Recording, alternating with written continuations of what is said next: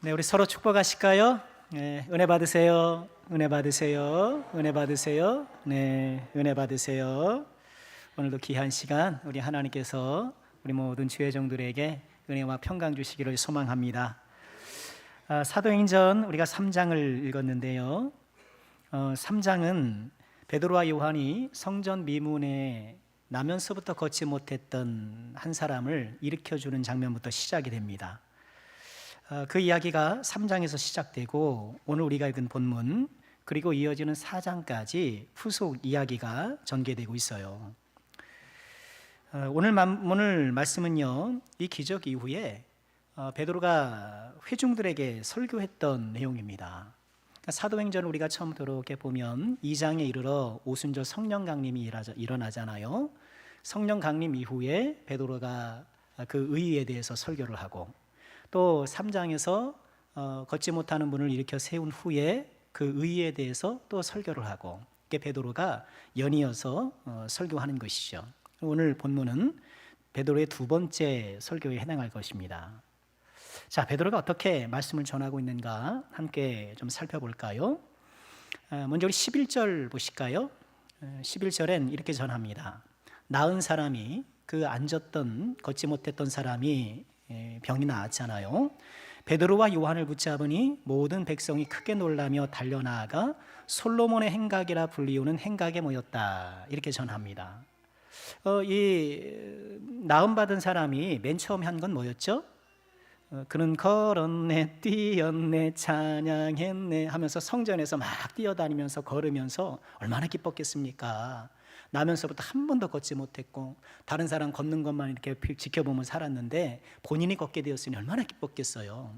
그 기쁨의 은혜에 감사하면서 이렇게 뛰고 걸으면서 성전에서 이렇게 하나님을 찬양했는데 그런 후에 자기를 고쳐준 베드로와 요한에게 다가온 것 같아요. 당연히 그렇지 않겠습니까? 그 사람들이 야, 대단하다 하면서 다가왔겠죠. 그리고 그 광경을 지켜봤던 주변의 많은 사람들 역시도 베드로와 요한의 주변으로 몰려들었을 것입니다. 근데 베드로와 요한이 이때 어디 있었는가? 솔로몬의 행각이라는 곳에 있었다. 11절 하반절에 그렇게 말씀을 하죠. 솔로몬 행각이라는 것은요, 성전에서 나오면 성전 주변으로 이렇게 주랑이 이렇게 쳐져 있는데요. 주랑이 이렇게 있는데 성전 맞은편 동쪽에 있는 주랑이에요. 예수님도 그곳에서 말씀을 전하기도 하셨던 것. 예수님의 제자들은 성전에 가면 특별히 이 장소에 모였던 것 같아요. 사도행전 5장 12절이나 요한복음 10장 23절에 보면 이곳이 제자들과 예수님이 모였던 곳, 또 이후에 제자들이 모였던 곳으로 지칭되고 있거든요. 자, 사람들이 모였어요. 어떤 일이 있었을까요? 12절 보실까요? 베드로가 이것을 보고 백성에게 말하되 이스라엘 사람들아, 이 일을 왜 놀랍게 여기냐? 우리 개인의 권능과 경건으로 이 사람을 걷게 한 것처럼 왜 우리를 주목하느냐? 자, 베드로가 이제 설교를 하기 시작하는데 먼저 무엇을 분명하게 합니까? 이 걷지 못했던 사람이 일어난 것은 우리 개인의 권능과 경건으로 한 것이 아니라는 거예요. 당연히 거기 있는 사람들은 지금 베드로와 요한을 특별하게 우러러 보지 않았겠습니까? 그러나 우리를 주목하지 말아라. 우리 개인의 권능과 경건으로 이렇게 된 것이 아니다 라고 얘기를 해요. 그러니까 사람들의 시선과 또 사람들의 영광을 거절하고 그 영광과 시선을 누구께로요? 예수께로 이렇게 옮기는 그런 작업을 하고 있는 거예요. 여기서 우리가 좀 적용할 것은 무엇일까요? 그러니까 우리도 사람을 주목할 때가 참 많이 있어요. 이단의 수괴들의 특징은 뭔가요? 자기 자신을 내세워요. 자기를 주목하게 해요. 자기만이 뭔가 좀 특별한 깨달음이 있고 하나님과 특별한 관계에 진입해 있고 뭔가 특수한 능력이 본인에게만 있다는 것을 직감적으로 계속 강조해요. 그럼 그것은 잘못된 것이죠. 이단이 아니더라도 우리도 마찬가지예요. 예수님보다 자신을 더 주목하게 한다면 그리스도의 종이 아닌 것이죠. 우리 신앙생활 할 때는 항상 주님만 바라봐야 돼요. 주님만 바라본다는 게 뭘까요? 여러분, 목사 바라보면 다 실망합니다. 다 넘어져요. 목사님 왜 저래 하는 게 분명히 있어요. 왜요? 사람은 다 그렇거든요. 또 신앙생활을 먼저 했던 또 선배님을 내가 우리 장로님이나 권사님을 참조해야 되겠지만 또 사람을 바라보면 안 돼요. 사람 바라보면 다 실망해요. 신앙생활은 항상 주님만 바라봐야 돼요. 이 기본을 놓치면 안 돼요. 우리가 소위 시험 든다고 하는 게 왜 그렇습니까? 우리 시선을 자꾸 다른 데 둬서 그래요. 원래 죄인인 사람, 원래 부족한 사람을 보면서 어이구 왜 저래 왜 저래 하면서 마음 상해하는 거예요. 근데 사람 보면 그럴 수밖에 없는 거거든요. 자, 베드로가 또 뭐라고 설교하나 계속 볼까요? 우리 13절입니다. 같이 읽어볼까요? 시작. 아브라함과 이삭과 야곱의 하나님 곧 우리 조상의 하나님이 그 종 예수를 영화롭게 하셨느니라. 거기까지 보시죠. 지금 여러분들이 우리를 주목하는데 우리 개인의 권능과 경건으로 이렇게 된 것이 아닙니다. 지금 이렇게 된 것은 아브라함과 이삭과 야곱의 하나님, 우리 조상의 하나님이 예수님을 영화롭게 한 것입니다. 그 하나님께서 예수님을 영화롭게 한 것입니다. 이렇게 얘기하고 있는 거예요. 이제 베드로는 예수님을 소개하기 시작하면서 이 예수님이 아브라함과 이삭과 야곱에 의해서 지금 영화롭게 된, 즉 우리가 믿고 섬겨왔던 그 하나님과 깊이 연관된 분이라고 말하고 있는 거예요. 참 우리야 뭐 그것은 뭐 확고부동한 신앙으로 자리매김하고 있지만 당시 사람들은 안 그랬잖아요. 그 예수님이 갑자기 어디서 툭 튀어나온 것 같고, 그죠? 요즘 말로 갑툭 튀고, 나사렛에서 무슨 선한 것이 나겠느냐? 은근히 멸시했고 시골 출신이라고. 그런데 그 예수님이 바로 우리가 조상으로 섬기고 있는, 조상으로 또 받들고 있는 아브라함과 이삭과 야곱의 하나님이 영화롭게 한 분이다라고 이 연관성을 이야기하고 있는 거예요. 그러면서 특별히 13절에 그 하나님이 그 종 예수를 영화롭게 했다 하면서 하나님의 종이라고 얘기해요. 예수님을 하나님의 종으로 언급하는데 특별히 이 베드로가 말하고 있는 하나님의 종이라는 이 표현은요, 이사야 선지자가 갖고 있었던 고난받는 종을 이야기하고 있는 거예요. 이사야 선지자가 얘기했던 바로 그 고난받은 종, 그리고 그 고난받은 사실을 13절 하반절에서 이야기하기 시작하는 거예요. 보실까요? 너희가 그를 넘겨주고 빌라도가 놓아주기로 결의한 것을 너희가 그 앞에서 거부했다. 14절입니다. 너희가 거룩하고 의로운 일을 거부하고 도리어 살인한 사람을 놓아주기를 구하여 생명의 주를 죽였도다. 지금 이 사람이 일어나게 된 것은 우리 개인의 경건과 권능이 아니라 하나님께서 영화롭게 하셨는데, 하나님께서 그 종 예수를 영화롭게 하셨는데 그 종을 너희들은 거부하고 넘겨주고 의로운 자 대신 죽게 하고 생명의 주를 결국 죽게 했다라는 거예요. 그런데 어떻게 됐나요? 17절 볼까요? 15절 볼까요? 생명의 주를 죽였다. 그러나 하나님이 죽은 자 가운데서 그를 살리셨으니 우리가 이의 증인이다. 지금 베드로는 사람들의 주목과 시선을 예수님께 돌리면서 예수님이 어떤 분인지를 얘기를 하는 거예요. 하나님의 종인데 바로 고난받는 종의 고난을 가하는 역할을 너희들이 했다. 그래서 생명의 주를 죽였지만 하나님께서 죽은 자 가운데서 그를 살리셨고 우리가 그것을 다 보았다. 우린 그것을 목격했다 라고 이야기하고 있는 거예요. 자, 17절 보실까요? 형제들아, 너희가 알지 못해서 그리하였다. 또 너희 관리들도 그리한 줄 아노라. 잠시 위로의 말을 전해요. 너희가 생명의 주를 그렇게 넘겨서 죽게 했지만 모르고 한 것이다. 그런데 모르고 했으니까 괜찮은 건가요? 아니, 모르고 했으니까 괜찮다는 것이 아니라 모르고 했으니 긍휼을 입을 여지가 있다는 거예요. 여러분, 모르고 했다라고 해서 죄가 아닌 게 아니에요. 예수님은 십자가에서 용서의 기도를 하시면서 저들이 하는 일을 알지 못합니다. 이렇게 말씀을 하셨잖아요. 유대인들은 하나님의 뜻을 모르고 그저 이게 뭐 그냥 예수님을 물어뜯고 예수님을 죽였잖아요.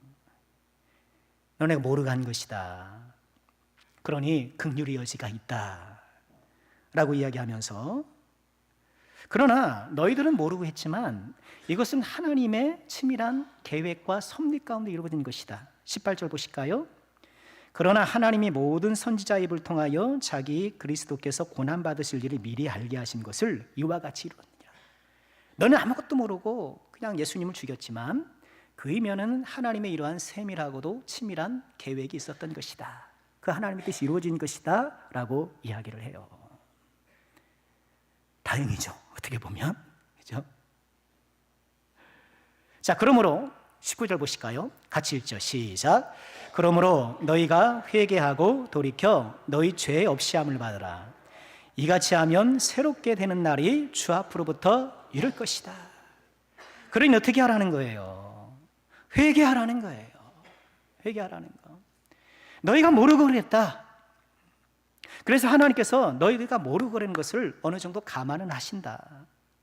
그러니 너희가 회개하고 돌이키라는 거예요. 이 회개하고 돌이키라는 이 19절의 말씀이 이 베드로 설교의 핵심 포인트가 되는 것이죠.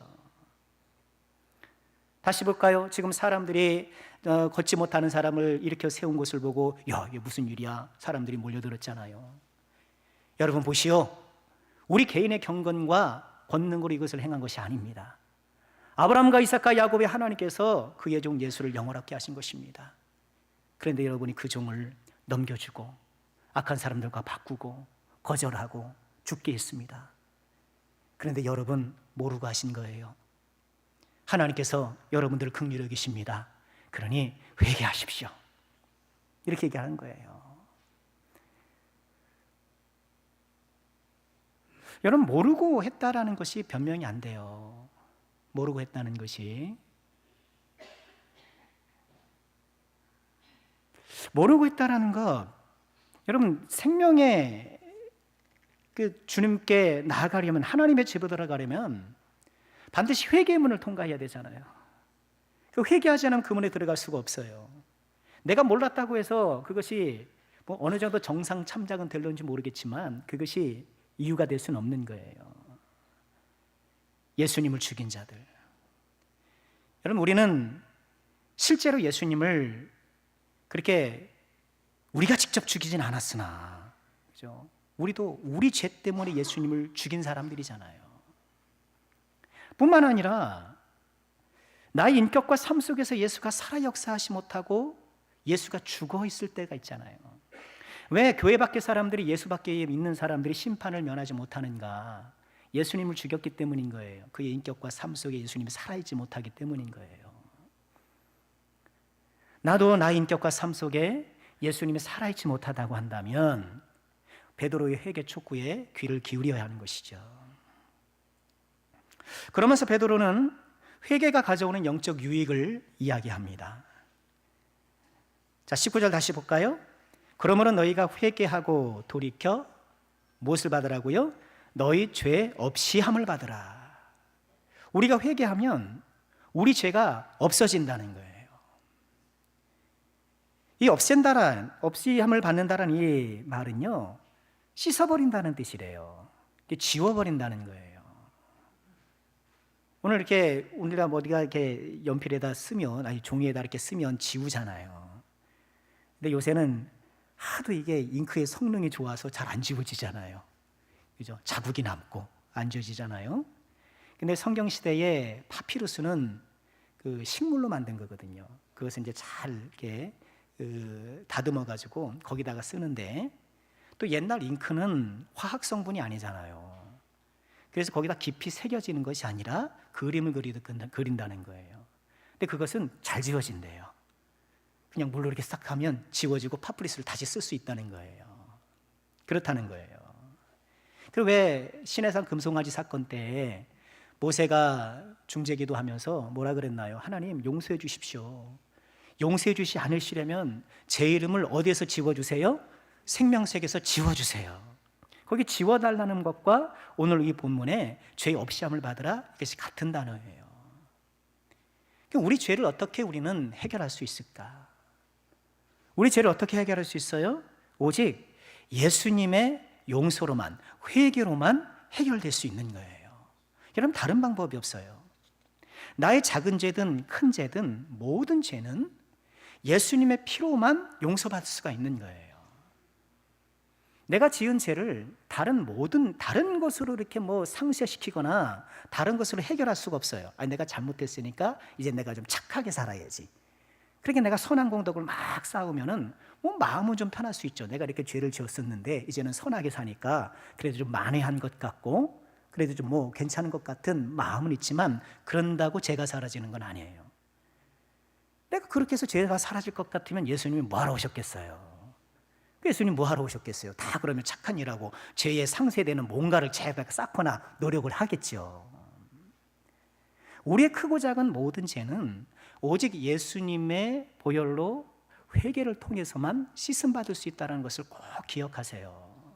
그러니 모든 죄는 누구에게 가져나가야 돼요? 예수님께 가져나가야 되는 거예요. 회개는 죄 없이 함을 받는 유익을 우리에게 줍니다. 두 번째 회개는요, 자 19절 하반절에 뭐라고 말씀하세요? 새롭게 되는 날이 주 앞으로 일 것이다. 그러니까 새롭게 되는 날을 우리에게 허락해 주는 거예요. 먼저 성경에는 이 부분이 어떻게 번역되는지 기억나세요? 그러면 유쾌하게 되는 날이 올 것이다 이렇게 번역을 했었어요. 유쾌하게 된다. 근데 유쾌가 뭔가 좀 이렇게 또 번역이 조금 부족한 듯, 그래서 새롭게 되는 날이라고 했는데 그것도 사실 좀 그렇긴 해요. 영어 번역 보면 리프레시예요. 우리의 영혼을 새롭게 하는 거예요. 여러분, 회개가 우리에게 주는 이 놀라운 은혜는 우리의 심령을 완전히 새로운 산소가 흡입되듯이 우리의 영혼을 상쾌하게 하는 것. 유쾌라는 것도 참 좋은 번역인 것 같아요. 우리 심령을 참 유쾌하게 하는 거예요. 여러분, 이런 회개의 은혜를 경험해야 되는 거예요. 내가 예수를 믿으면서 하나님 앞에 통렬한 회개를 통해서 눈물을 흘리고 콧물을 흘리고 그런 회개 과정을 통해서 마음이 리프레시되는 이런 상쾌함을 경험해보지 못했다라면 아직 믿음 생활에 진면목을 경험하지 못한 거예요. 그 경험을 해야 돼요. 일전에도 말씀드렸죠. 제가 오래전에 어떤 분이 같이 신방을 갔더니 신방 대원이셨어요. 그분이 저는 운전하고 이제 당시 담임 목사님 옆에 부목사니까 가는데 뒷부분에서 어떤 분이 그러더라고요. 이제 예수 믿은 지 얼마 안 되신 분이세요. 근데 그분이 하시는 말이 자꾸 회개하라고 용서받아야 된다 그러는데 자기는 뭘 용서받는지 모르겠다는 거예요. 왜 자꾸 회개하라고 그렇게 다그치고 용서를 받아야 되냐면 자기는 그게 조금 이해가 안 되는, 얼마나 솔직한 얘기입니까? 그죠? 솔직한 얘기긴 하나 아직 하나님을 만나지 못한 거예요. 하나님을 만났을 때 우리에게 일어나는 반응, 내가 이러면 안 되겠구나, 내가 정말 죄인이로구나. 하나님을 만난 사람에게는요 회개가 확 일어나게 돼 있어요. 그 회개가 주는 상쾌함, 새롭게 됨, 새 능력. 회개가 주는 세 번째 유익은요 그리스도 예수를 만나는 거예요. 그리스도 예수를 만나는 것. 우리 20절 말씀 보실까요? 같이 읽죠. 시작. 또 주께서 너희를 위하여 예정하신 그리스도 곧 예수를 보내시리니 하나님이 영원 전부터 거룩한 선지자의 입을 통하여 말씀하신 바 만물을 회복하실 때까지는 하늘이 마땅히 그를 받아두리라. 회개하는 자에게 어떤 은혜를 주시나? 너희를 위하여 예정하신 그리스도가 오실 것이다. 그를 만나게 될 것이다 라는 거예요. 그런데 그 예수님이 현재 만물이 회복될 때까지 하늘이 이렇게 그들을, 예수님을 받아두고 있다라는 거예요. 그러니 20절 21절에서 만나 그 예수님은 어떤 예수님이에요? 재림하실 예수님인 거예요. 회개하는 자에게 결국 뭐예요? 지금 이 베드로가 설교를 할 당시 예수님은 육체적으로 이미 승천하셨잖아요. 안 계시잖아요. 그러나 너희가 회개하고 새롭게 되면 장차 만물이 예수님을, 하늘이 예수님을 받아두고 있는데 현재는 만물을 회복하실 때에 다시 오실 그 예수님을 만나게 될 것이라는 거예요. 그러니 20절과 21절의 말씀을 비추어 보면 말세를 바라보고 종말을 바라보는 사람들의 삶의 주요 특징이 뭐겠어요? 회개하는 것이라는 거예요. 늘 회개하는 것. 그러고 보면 회개는 단회적 사건이 아니라 반복되는 사건이에요. 내가 주님을 처음 만났을 때에 내 삶을 유턴시켜서 주님께 돌아가는 그 최초의 회심이라고도 하죠. 그 이후에는 반복적으로 내 삶에 지속적인 회개의 삶이 필요한 거예요. 그것을 신학적으로 성화라고 부르는 것이죠. 우리가 어떻게 성화될 수 있겠습니까? 회개를 통해서. 어떻게 성화될 수 있습니까? 거룩한 훈련을 통해서 우리는 성화되는 거예요. 예수님의 세족식 기억하시죠? 예수님께서 제자리에 발을 씻겨주시면서 베드로가 뭐라고 오바해요? 예수님 목욕도요. 야, 내가 발을 씻겨주면 내가 나와 상관없다. 딱 그랬더니 그렇다면 목욕을요. 딱 그런 거예요. 예수님이 뭐라고 하셨어요? 이미 목욕한 자에게는 필요가 없다. 발을 씻으면 된다라는 거예요. 그래서 어떤 비유예요? 이미 예수님의 보혈로 깨끗하게 된 사람은 다시 회심할 필요는 없으나, 그런 어때요? 계속해서 발을 씻듯 나의 더러운 죄를 회개하는 삶을 살아야 한다는 것이죠. 주님 오실 때 우리가 등불을 들여야 되는데 그 등불 가운데 하나가 회개의 등불인 거예요. 우리 날마다 회개하고 날마다 나를 말씀 안에 나를 비추어서 나를 교정해 나가고 그래야 하는 거예요. 자, 베드로니처럼 유대인들을 향해, 회중들을 향해 회개를 촉구하면서 회개가 가져오는 세 가지 유익을 설명했어요. 죄 없이 함을 받을 것이다. 새롭게 다는 날에 이를 것이다. 장차 오실 주님을 만나게 될 것이다. 그러면서 베드로는 계속해서 예수님이 어떤 분인지를 설명하기 시작합니다. 어떤 분이실까요? 자, 22절 보실까요? 모세가 말하되 주 하나님이 너희를 위하여 너희 형제 가운데 나 같은 선지자 하나를 세울 것이니 너희가 무엇이든지 그의 모든 말을 들을 것이라. 누구든지 그 선지자의 말을 듣지 아니하는 자는 백성 중에서 멸망받으리라 하였다. 자, 베드로는 이제 예수님에 대해서 계속 소개하는데 예수님이 누군가? 모세가 말한 바 나와 같은 선지자 하나가 바로 예수님이다라는 거예요. 자, 모세가 말한 나와 같은 선지자는 뭘까요? 자, 이 말씀은요, 신명기 18장 15절에서 나온 거예요. 내 하나님 여호와께서 너희 가운데 내 형제 중에서 너를 위하여 나와 같은 선지자 하나를 일으키시리니 너희는 그의 말을 들으라. 요 얘기를 했거든요. 근데 요 말씀을 어떤 배경에서 했느냐 하면, 자, 신명기 말씀이에요. 자, 새벽에서 신명기는 무슨 당부다? 그래요. 신신당부 신명기예요. 가나안 입성을 앞두고 이스라엘 백성들에게 신신당부하는 거예요. 신명기 말씀인데, 자, 모세는요 신명기 18장에서 무슨 얘기를 했느냐 하면, 너희가 이제 가나안으로 들어가게 되면 가나안에는 이방신을 섬기는 그런 문화가 아주 가득 차 있잖아요.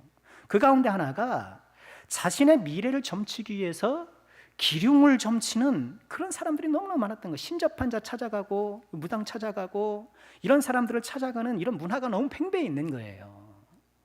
그런 가나안에 들어가려면 너희들은 그런 이방 사람들의 행위를 본받지 말고 너희들은 누구에게 찾아가라?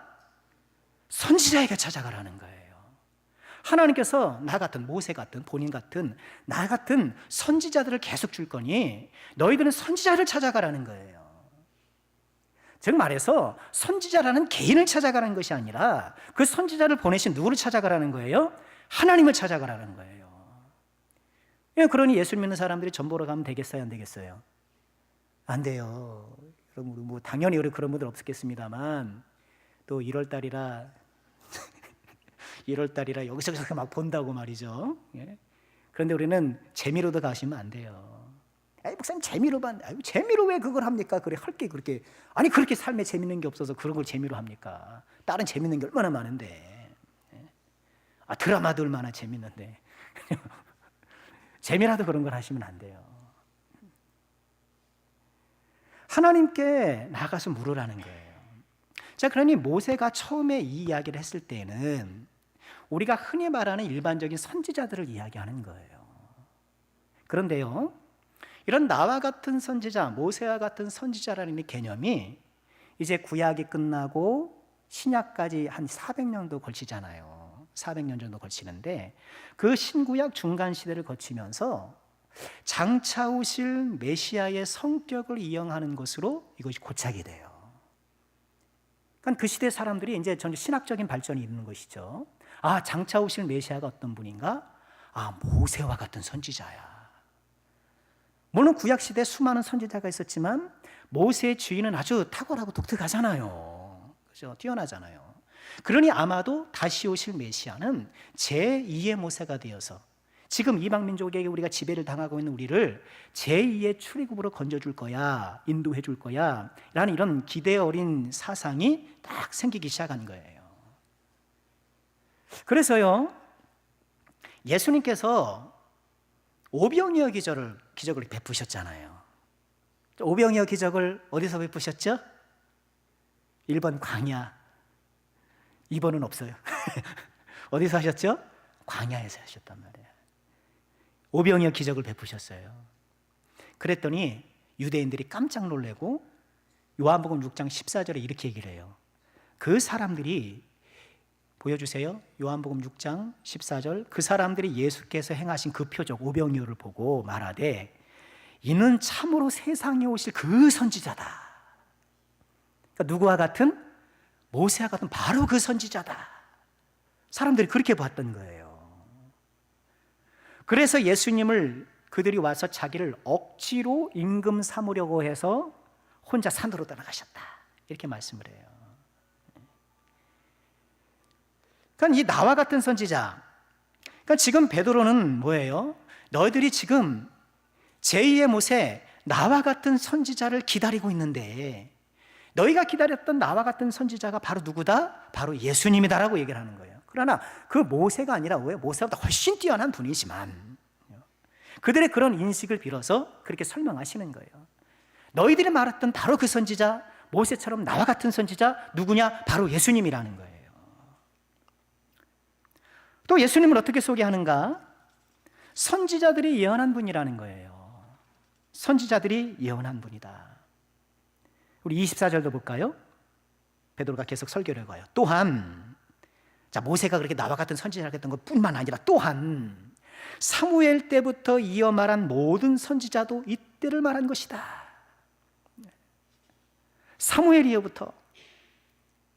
여러분, 사무엘은 어떤 사람입니까? 다윗 왕에게 기름 부은 사람이잖아요. 다윗 왕의 시작을 알린 사람이잖아요. 다윗 나라를 예언했던 사람이잖아요.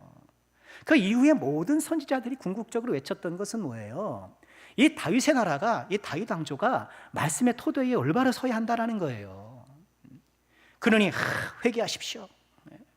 그래야 이 나라가 영원합니다. 그렇게 다윗 나라, 다윗 왕조의 어떤 든든한 토대 위에 서기를 선지자들이 외쳤던 것이잖아요.